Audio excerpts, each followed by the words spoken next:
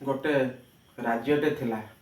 से राज्य रे कौन हुए ना प्रत्येक 5 वर्ष रे तांकर राजा को परिवर्तन करा जाए।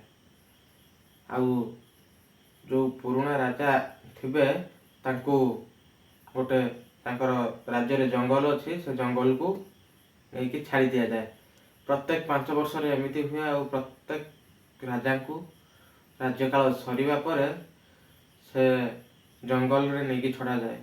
आउ कथित अच्छी कि से जंगल को जो सब राजा माने जाती आउ से माने केबे भी फेरती। कथा कथित चिराचरित प्रथा एमती अनेक दिन पर्यंत चली आसुची। तो यारी भितर जड़े चालाक राजा आसिले आउ से यही कथाटा को चिंता कले कि गभीर भाव मन को गोटे सत्य आघात जमती देला।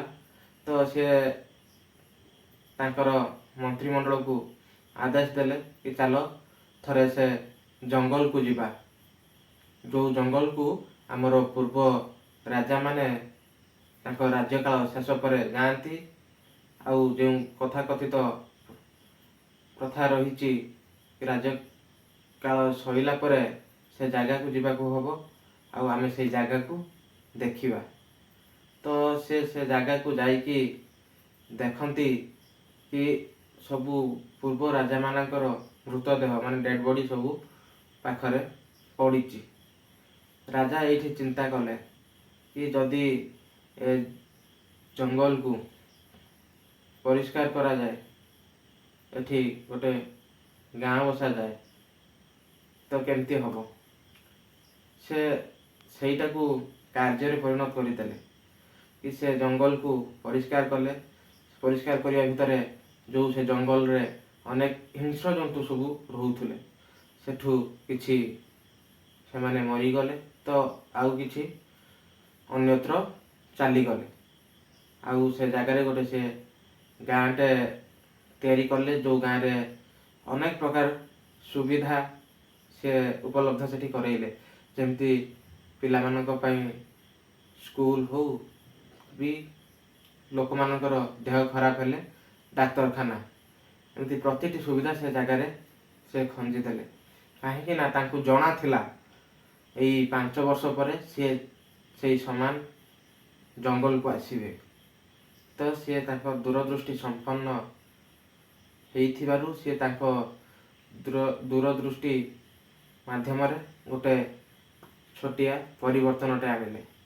यारी भितर तांकर कार्यकाल पूरी जाउची, 5 वर्ष पूर्ण हो जाउची। तो राजगुरुंकर कहिबा अनुजाई तांकर सबू रीतिनीति विधि जहाँ भी अच्छी कार्यकाल सरीबा परे सबू विधि संपन्न होउची। आउ से जंगल अभिमुखे बाहरुचंती। आउ से जंगल अभिमुखे जीवा समय रे राजांकर मन भी बहुत खुशी अच्छी।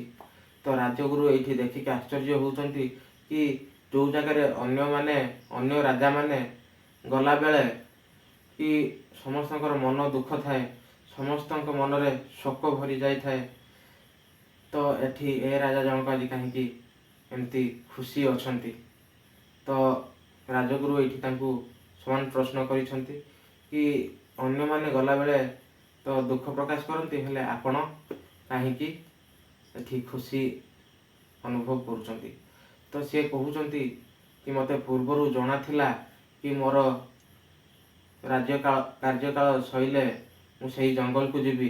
तेणु से जंगल को मु परिवर्तन कर देइछि गोटे गाँव रे जोठी हिंसा जंतु नुहे अनेक भल मनीष अछंती। जोठी से जो गाँव को गले मते राजा राजा कहिकी सम्मान मिलिबो। तो मु से जंगल को परिवर्तन कर देइछि जोठी मु सुरक्षित रही पारिबी। तो ए कहानीटी रो गोटे बहुत बड़ शिखिबार अछि। ए कहानी रो मूल तत्व होउची एया कि जते बेले भी आमे जे कोनोसी कार्य करूचंती सब बेले आम भविष्य को लक्ष्य करिकी आमे प्रतिटी कार्य करिबा उचित बा प्रतिटी निष्पत्ति नबा उचित। आमे जते बेले भी जे कोनोसी कार्य करूचंती ଆମେ ଆମ ଆଗାମୀ ଭବିଷ୍ୟତ ଆଗାମୀ ଯେଉଁ ଭବିଷ୍ୟତର କେମିତି ଆମେ ଲାଭଦାୟକ ହେବା ବା ଆମ ଆଗାମୀ ଜୀବନ ଆଗାମୀ ପିଢ଼ି ଆମର ଭବିଷ୍ୟତ ଯେମିତି ଭଲ ହେବ ଆମେ ସେଇ ହିସାବରେ କାମ କରିବା। ତ ଏ କାହାଣୀର ମୂଳ ତତ୍ତ୍ୱ